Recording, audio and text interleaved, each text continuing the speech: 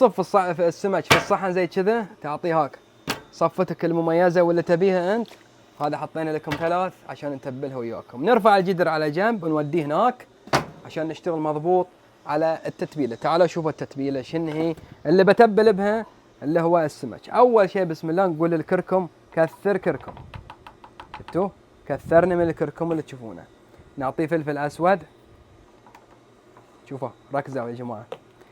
كل له طريقة في التتبيلة. هذا لومي مخلوط بالنعناع، لومي بالنعناع يروح على جنب، وهذا يروح على جنب.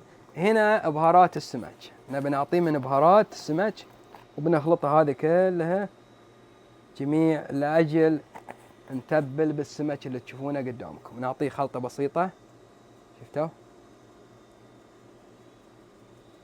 كذا احنا الحين في السليم خلطناها كلها مخلوطة خلط. شفتوا؟ خلاص تاخذ لك كذا هاك طابقة. انا ليش بتبله الحين؟ عشان اوديه في الثلاجة ياخذ له ساعة الى ساعتين يتمخمخ وبعدين نرجع. شوفوا بياض اللحمة ما شاء الله. نقول بسم الله، توكلنا على الله. عاطه تتبيلة من وين؟ رشة من داخل. كل ما كثرنا في التتبيلة كل ما امورنا طيبة. رشات كذا من فوق. شفتوا البطن هلا الله فيه. هذه التتبيلة قبل الحشو، ركزوا وياي عشان القلي. فما شاء الله بقت عندنا الثالثة ورشة من برا. تتبيلاتنا سهلة وسريعة، ولكن اختار المكونات الحلوة واللي تطير لك الزفورة واللي تطير لك كل ما تشوف قدامك. علما انه صراحة سمك طيب وبإذن الله انه ما في زفورة. شفتها؟ كثرت الكركم عشان هم احنا نسميه بزار الاول. خنقنا شوي الفلفل. شوف هي عطسة ولكن ما بعطس. شوفها ما شاء الله تبارك الرحمن. بكذا اخذنا سمكة حلوة بنخليه ترتاح في الثلاجة. متعمد لا اضفت لا زيت ولا ماي على هذا ولا شيء، لانه خلاص نبي يمسك فيه. نرجع لكم. اول ما بنبتدي وياكم مع البصل للحشو. هذا بصلة الحشو بننزلها كالعادة بدون اي مكون من الزيوت، بس البصل عشان ياخذ ميته شوي يتشفشف. بعدها بننزل الزيت على خفيف عقب ما يتشلفط ويروح من الماء. تقدر ما تطول عليه عشان ما يصير عندك احراق. احنا بيصير عندنا احراق بما ان المقله هذا اللي عندنا ستيل، فلازم بيكون عندنا من الاحراق. بنحرك كذا، بنقالب فيه حاليا بدون زي ما قلت لكم ولا نقطه ماي. شفتوا؟ نشف الماي اللي فيه على خفيف. عقب ما يتنشف بننزل بقايا مكونات خطوه خطوه. خليكم وياي عشان ما اخربطكم، واللي حاب يتعلم او يطبق الزبيدي او طبخة الزبيدي يقدر يطبقها بكل اريحية وبكل دقة. شفتوا؟ هذا هو الحشو اللي بنحشيه به، سواء فوق العيش بنخليه او بندخل في السمك. الطريقتين هي تصلح. احنا الحين لازم نستخدم كل شيء في العيش نستخدمه في السمك عشان ناخذ طعم السمك في العيش. حتى دهن السمك اللي بنقله فيه بناخذه في العيش. نبي المخمخة والطعم كله في العيش. نتقلب عاد احنا الحين الين ما يعطينا القوام المطلوب. شفتوا؟ عشان ما اطول عليكم برجع لكم بعد ما اقلب. بعد ما تغير لون بالطريقه كذا البصل. شفتوه بعد تقريبا ترى 20 دقيقه او ربع ساعه بدون اي اضافه، تحريك تقليب على خفيف. شو اللي بنسوي فيه وش الميزه عندنا؟ عندنا الميزه هذه شحامه. الزيت اللي بننزله هو عباره عن الشحامه عشان ناخذ نكهه. شفتوه بعد ما نزلنا ذاك اللبو حطينا عليه الشحيمه. خنه ولا اروع جمال صراحه. وخنه ذي لو تجربونها في كل شيء الشحامه تعطيكم ترى طعم ونفس غير طبيعي غير طبيعي. عرفتوا شنو غير طبيعي؟ شفتوها بعد ما استوى البصل بالطريقه بالقوام هذا نزلنا عليه الحبيبه من الشحيمه او السمن يعتبر باي مكان، لكن هي شحمت او شفل نعيمه مذوبه لكن عليه خنه. الحين تقدر تنزل بهاراتك اللي انت حابها. بعدها بقايا مكونات بنحط احنا الكزبره وبنحط بعد اللي هو الفلفل الرومي وبعض من الاشياء اللي موجوده من شبنت وغيره. شوفوها يلا. والامور طيبه. ابى هرسه بس هرستين. طلع ما طلع ما نبي، لكن نبي نهرسه. احنا المقصد انه يصير مهروس حق الحشو. شفتوه؟ خلاص ريحته مو العاده الثومه. اللي بينزل فوق البصل هذا كله اللي بعد ما جهز اول ما بننزل عليه بعض من اللي تشوفونه. شفتوه الفلفل رفيفات مثرم على خفيف، الوان واشكال، لان بنستخدم هم حتى في العيش من الحشو. ايش عندنا الطماطم، شفتوا الطماطم شلون؟ خلاص الامور طيبه. نعطي حركتين في الاخير، بننزل عليه الكزبره والتتبيله اللي تشوفونها قدامنا، حركتين على خفيف، قلبها.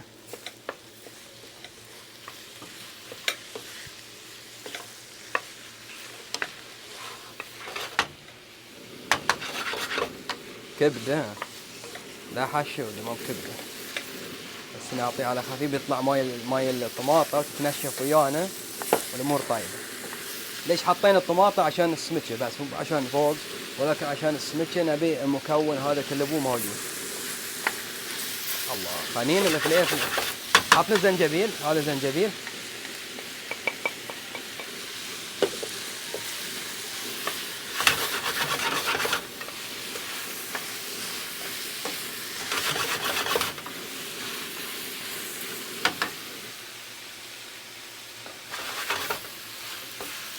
على راحتك، كل شيء على راحتك، يجي 100%. نرجع له شوي. بننزل اول شيء المكون الكركم، شفتوه هذا من الكركم، كثره من الابزار اللي هو الكركم. بعدها فلفل اسود على خفيف، اوف، بهارات سمك، اللوم الحساوي، استغفر الله، اللوم العماني، شفتوه هذا اللوم العماني، كل ما كثرت بعد من كل ما صار لذيذ. شفتوه ليش كثرت؟ ايه نبي طعم حموضه فيه، شفتوا الحشو، نبي في طعم حموضه. وليش نزلت المعلومه البهارات هذه في الاخير؟ ليش؟ قولوا لي عاد ليش؟ عرفتوا ليش؟ هذه نزلتها عشان ما تحترق. احنا قعدنا نقالب ونلاطخ، ليش نلاطخ ونقالب بالبهارات وتحترق علينا البهارات وبعدين نروح فيها وطي؟ لا، نحطها في الاخير عشان تتنكه، تاخذ طعمها اللذيذ والشيء العدل والترتيب. يقول لك شو اللي بقى الحين؟ بقينا في الملح. الملح عندنا اللي هو ملح البحري ولكنه مطحون ناعم، شفتوه؟ الله يسلم يدك يا دويلة طحنت لنا وغاسل مدوه. شفتوا هذا ملح للحشو. نعود ثاني مرة نقالب ونقول له قلبتين ثلاثة. الحين شو اللي بننزل؟ اللي بننزل عليه كمية حلوة ووافرة من الكزبرة. ليش نزلناها بالأخير؟ هم بعد عشان ما تموت وتروح تحت علينا ولا نستفيد منها. كمية كبرى، أدري ودي أخلطها بيدي، أدري فكرت بخلطة ولكن بس كذا. شفتها؟ هذا بنحشيه بالسميتشات وتالي بنكث فوق العيش. عرفتوا شلون الترتيب والزين؟ خلينا بعد نعطيه بقدونس، أنا مثرم بقدونس وينه؟ هذا هو. فهذا بعد بقدونس بنحطه فوق الكزبرة على خفيف. بعد نقول له بسم الله، هذا بقدونس. هنا الحين كملت حشواتنا وسكبت، تعطيه تقليبه وشويه ماي على البهارات لا يلصق. بيبه ماي بطول عليه عشان يتنشف الماي، لا تخافون. شفتوا؟ ولكن البهار اللي لصق في المقله نبي يطلع ويمسك في المكونات هذه كلها. في الاخير نطفي عليه ونخليه على جنب ونشتغل على السمك. وشوفوا ما شاء الله تبارك الرحمن شلون سكبت حشوتنا، حشوه سميتشات الزبيدي. ونقول يلا خلصنا. شفتوها؟ شفتوا شلون يا جماعة الخير؟ إذا واضح إياكم، حشوة خنينة تدخل في السميتشات. عرفت شلون؟ بيدخل تالي على المقلة. يلا نقول بسم الله، سكر عليه. هذا آخر مكون ألا وهو الشبن. شفتوه؟ خلاص انتهينا. أبى أخليه كذا فوقه، مو بقالبه لين تالي أعرف أقالب فيه. شفتوه؟ بس خلوا فوقه. يلا الحين بيشول المقلة على جنب، وبجيب مقلة القلي عشان اقلب السميتشات. وبجيب السميتشات اذا تتذكرون دخلتها في الثلاجه عشان تتمخمخ وتترتب وتمز 100%، ما فيها اي زفوره. جيبوا سميتش من الثلاجه. هذا زبيديه من الزبيديات اللي تبلناها ودخلناها في الثلاجه. شو اللي بيصير الحين؟ نبي نحشيها. احنا ودنا نخيط وممكن يطلع علينا في المقله، ولكن اهم ما عندنا مشكله. هذا الحشو اللي رتبناه وياكم، صمصومه من ندخلها هنا. تشوفون تركزون محل احشاء المساعد دخلنا فيه اللي تشوفونه من شبن، من كزبره، من بصل، من طماطم، من فلفل رومي، شفتوا؟ نقول بسم الله. هذه حشوتنا للزبيديه، ولا بكثر حشوه عشان ما تصير علينا. احنا دخلنا بس عشان ما ابي يفوض علي ويطلع انا في المقلاة. عرفتوا ايش كيف؟ بقايا الحشو هذا بعد ما نكب العيش في الاخيره بنحطه فوقه. الحين على ما يحمد دهن نبي ننزل عليهم. ابو احمد عطنا واحده ثانيه نحشي لهم للي ما شاف. ابو احمد جاب لنا خطه اللي هو الشوكه، يقول لك ممكن تقدر تسوي لها بالشوكه زي كذا وتدخلها، ولكنها هي ابو احمد هشه. ممكن تفيد، ولكن هي هشه لحمة السمكه. اي فان شاء الله بنخليها، او لو ما نجحت هي احنا مو بنكثر الحشو. نقول بسم الله ونحشي على الثاني. شوفوا ركز وياي اللي ما شفت صمصومه من الحشو هذه اللي سويناها وتقول بها هنا. تشوفون شوف ندخلها داخل هنا ونقول ما شاء الله بدا يحمد دهن، وندخل بالطريقه كأنك تحط صمونه كبده تعطيه بس كذا، ترى ما فيها فان ولا ما شاء الله. كنا حتى ابو احمد نقول للشوكه ما شاء الله كذا واضحين على الدهن. الظاهر ان الدهن جهز وبننزل على الدهن. واول ما تنزلها على الدهن ما تحرك ولا تقالب ولا تحرك، ساكن تقول لها نزلي على الراحه، لا تحركها هي راح تغلط الحين. وانا بحط واحده ثانيه ولكن ما بحركها. ليش؟ عشان ما اصلخ جلدها. خلاص قعدت بكيفها. حلو على ما يجلس الثاني بننزل فيه.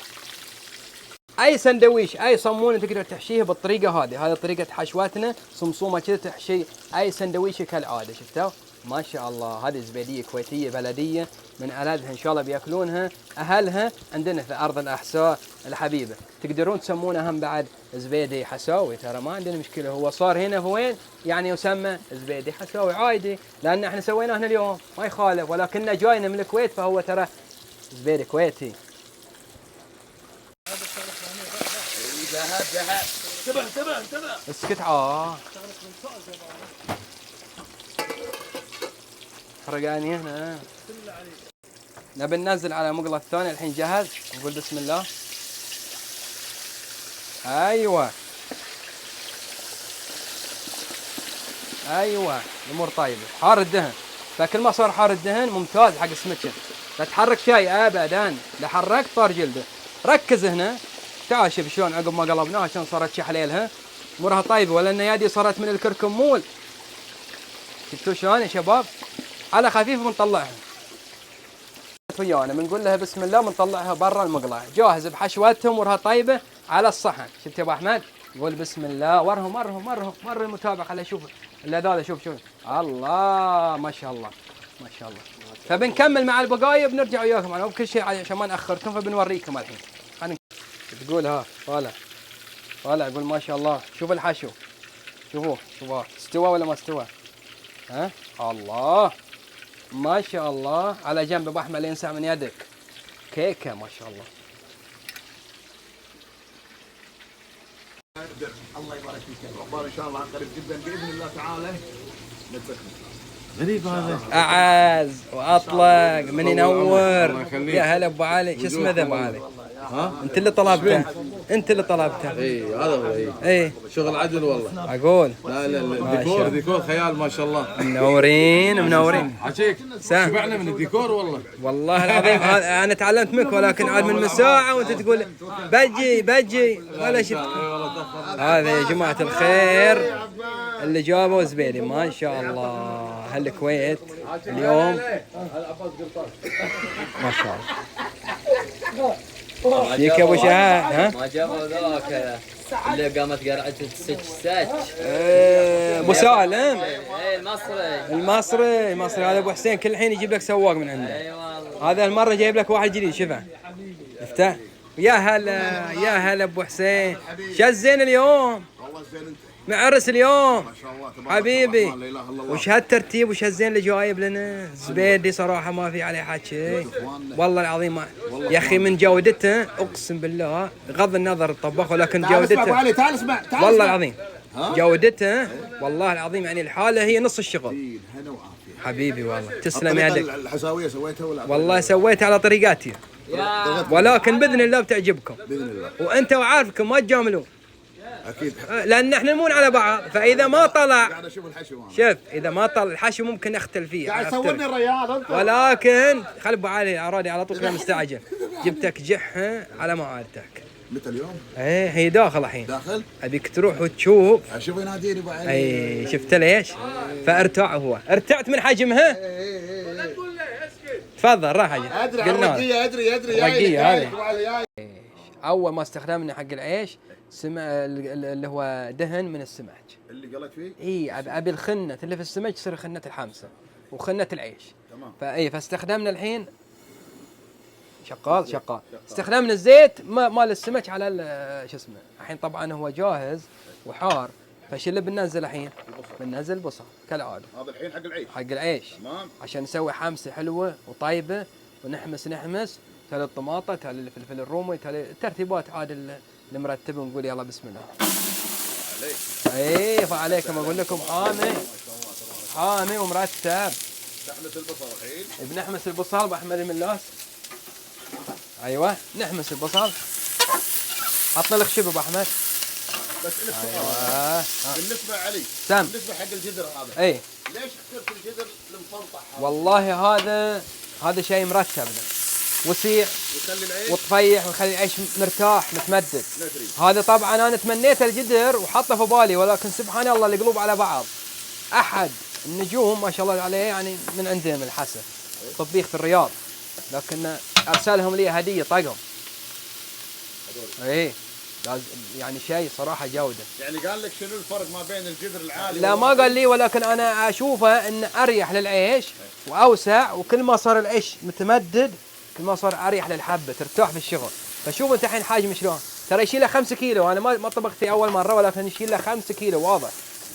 عرفت شلون؟ طيب زين بعد ما حمست البصل بعد اي. البصل شو راح تحط ان شاء الله؟ بعد البصل بنحط الطماطه فلفل الرومي. اي في الاخير بنحط عليه طال عمركم كل مكونات البهارات اللي حطيناها على السمك. شرط اللي سويناه في السمك نسويه وين؟ هنا. يعني البهار اللي حطيناه في السمك نحطه هنا. نزله على الشغل ذا كله ابوه.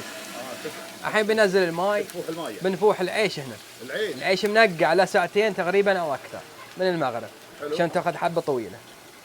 عرفت؟ فلازم العيش كل ما كان منقع كل ما يصير حلو يعني. اما في المندي احنا ما ننقع في المندي، لكن غير المندي نقعه نعم. الحين شايف جدرين. جدرين. عقدت الحين هذا. لا هنا بنسلق عيش، تسلق العيش وهذا شنو؟ وبعد ما نسلقه ونشخله هذه الحمس والدنيا كلها. لان انت شلون انت متعود شو تسوي الحين عقب ما تحمس تحط كل شيء تصب ماي هنا صح. ويصير العيش لونه غير. احنا ما نبي.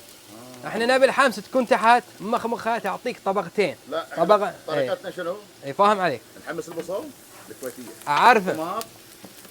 هذه الكويتيه. صحيح. الحساب. هذه الكويتيه، لكن انا اليوم ابيك ما بيك انت شبعان من الكويتيه، فلكن لازم تغير. الله عليك. اي الله عليك. وهذا بننزل الماجي حلي طال عمرك. والله انك مبدع. وهذا الثوم انت على حسب الكميه اللي تبي. انا ما لي رغبه واجد، لكن شو اللي تبي؟ لا لا هو انت هو انا بشوفه بقطع على جنب ما بي. كيفك تحبونه؟ يلا. اي بعد فص كامل لكم كله لعيونكم. بارك الله فيك. ننفخ النار شوي لان الجدر عريض وسيع. الماجي ايش كثر حبه واحده؟ الماجي 3 حبات لان عندنا كميه اللي هو 4 كيلو من العيش. فكميه شوي زينه، فتحتاج شوي كميه من الماجي. الماجي حلو يخلي لك طعم طيب. نعم في الحمص. هذا يعطيني ريحه صبغ من برا عن من ترى انه مفوحين في ماي من ساعه. شلون جديد تو شلون ما شاء الله. اخذ وقت. ننزل الفلفل الرومي اذا شفتوه على خفيف، ما نبي كميه اكبر ولكن تكفي. نعطيه من الاصفر، المفروض اصفر بعدين بس بنعطيه الحين زايد وحرام يقط. بنحرك شفتوه. بننزل هم عليه الطماطه. الطماطه ذي تنزل عليه. ايوه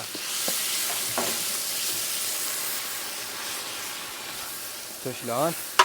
طبعا لسه للحين ما نزلت ولا اي بهارات ولا شيء عشان ما يحترق زي ما قلنا، ولكن بننزل قطره صلصل يعني حبيبه او شوي من الصلصل على الحمص اللي تشوفونه عشان تعطينا شوي لون بس. وبنحمس لين ما يجهز او يذوب شوي. بنزل عليه بقايا. شفتوا شلون. خلاص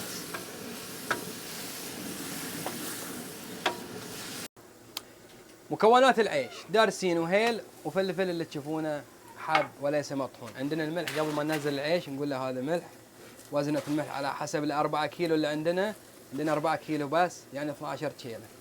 12 كيلو هذا الثالثة. إذا الرابعة بيطلع عليكم مالح شوي، يلا معه تستاهلون. هذه كبة العيش. هنا تجي وتكب العيش متى؟ عقب ما فاح الماء نزلنا عليه العيش على الراحة، ما تنزل العيش وهو بارد. الماء إذا بارد لا تنزل عيوش. شفتوا؟ أنا صاير وراه عشان يطفر علي. نقول بسم الله. خلاص كذا الحين أمورنا بالسليم 100%. العيش نعول ثاني نقول بكذا ونساخطه بالماء إذا بقى وننازله لأنه حرام. شفتوا؟ هذا يحرك زي كذا. خلاص ننفخ النار على أعلى شيء عشان يستوي العيش أو يفوح بسرعة، لا يضرك زي كذا لأنه بيتكسر عليك ولا بتاخذ حبة طويلة. عرفت شلون؟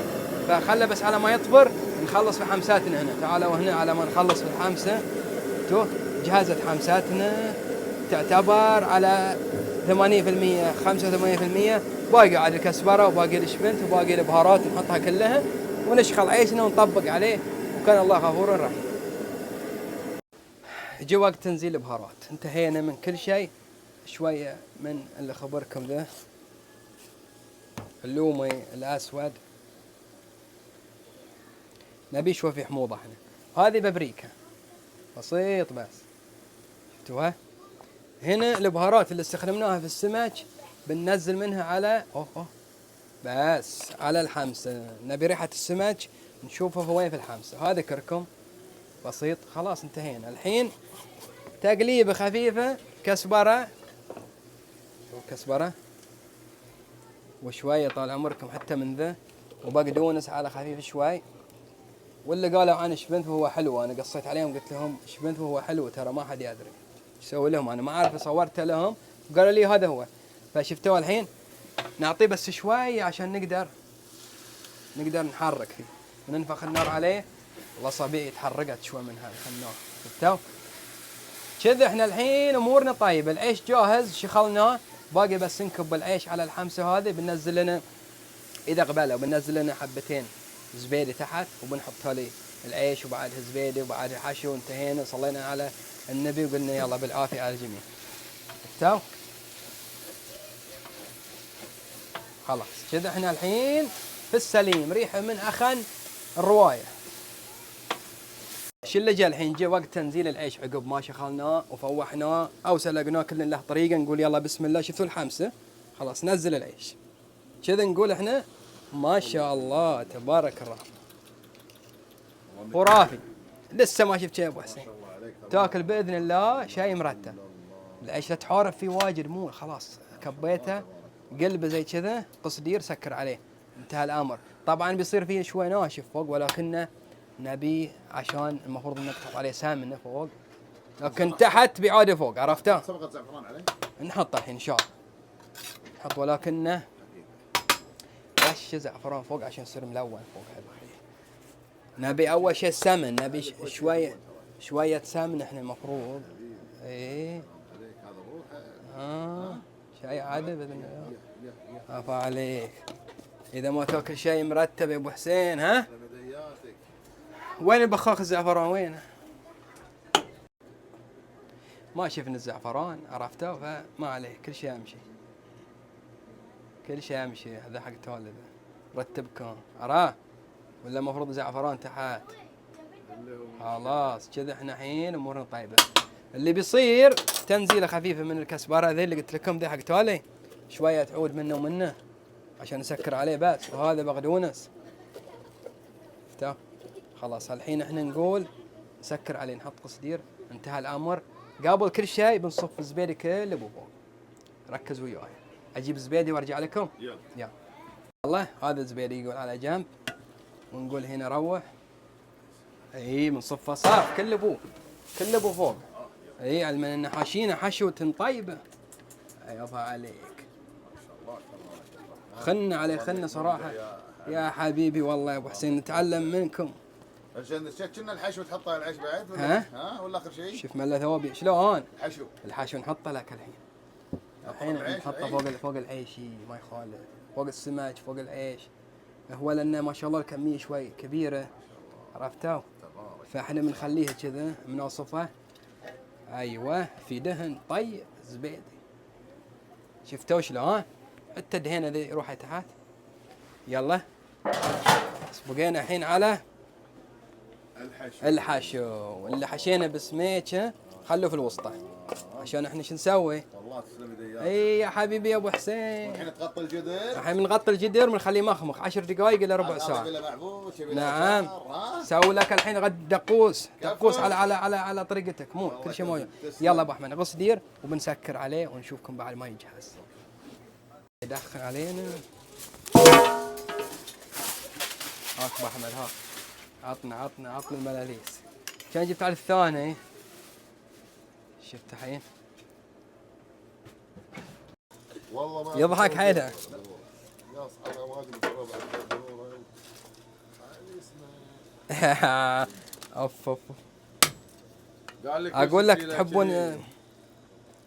تحبون العيش اصفر ابو حماد؟ انتحت اصفر. ايه قلنا لك لازم تغير وتاكل الاكل اللي احنا نسويه هنا، عرفت؟ عشان تعطيني رايك مضبوط. ايه خلاص امور طيبه ذا على جنب، عرفت؟ كل بوذا عشان تعلن زين به. قال لي ابو حيدر حاطين تحت ما ادري شنو. ما يصب لي ليش؟ شلون؟ عطى ها ولا اقول لك؟ اي والله ليش؟ عطني شوي عطني وعلي تبي جميل؟ حره موت حره ولا راح تذوقه. ثلاجة بكرة والله شرشح 12 لتر اسوي هذا 12 لتر. مبارخ. ما ترسل الكرفان من ورا ثلاجات. اي نعم ثلاجات. مالي ابو علي. انطرني. شو يسمونها؟ تبي جميل ابو علي؟ يوسف